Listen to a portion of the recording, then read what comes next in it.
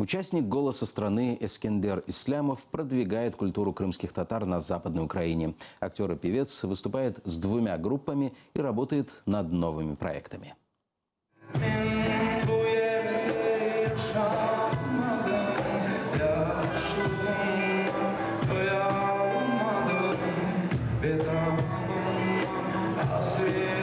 За 35 лет Эскендер Ислямов успел побыть актером в крымско-татарском театре, уличным певцом и, наконец, прославился на всю страну. Я приїхав сюди, спочатку було важко, десь місяць-півтори, а потім вже все, я тут свій. Я ж приїхав до Львова, роботи нема, бо там в Криму все залишив, там кар'єру, голосно сказав. Ну, роботу, друзів, все там полишив. Приїхав сюди з повного нуля починав. Співали на вулицях, бо в кафешках нас не знали, невідомих музикантів не брали. По совету друзей Эскендер пошел на кастинг-шоу «Голос страны», где в свою команду его выбрал солист группы «Океан Эльзы» Святослав Вакарчук. Эскендер говорит, что его мечтой было спеть со Святославом на крымско-татарском языке. Зайшов, продюсерам сподобався, вони мені теж, такі привітні люди, цікаві. Спитали мою історію, все, за пару місяців подзвонили і тут вже хочеш, не хочеш, підписав контракт і треба вперед.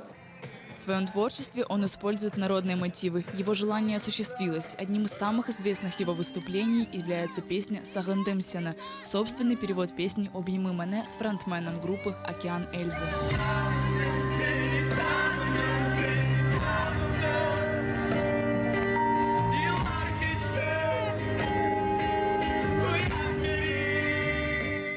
Эскендер заинтересовал крымско-татарскими мотивами и львовских музыкантов.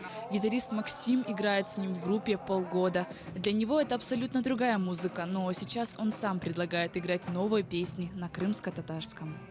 Ескен ту частинку їхньої культури привіз до нас, до Львова. Він її дуже такій м'якій формі і привабливій нам пропонує, зацікавлює, заохочує. Він знайшов такий, можна сказати, фідбек в наших лицях. Ми теж підтримуємо це, стараємося щось своє додати і розвивати. Я рахую, що українці повинні знати, чути і пам'ятати.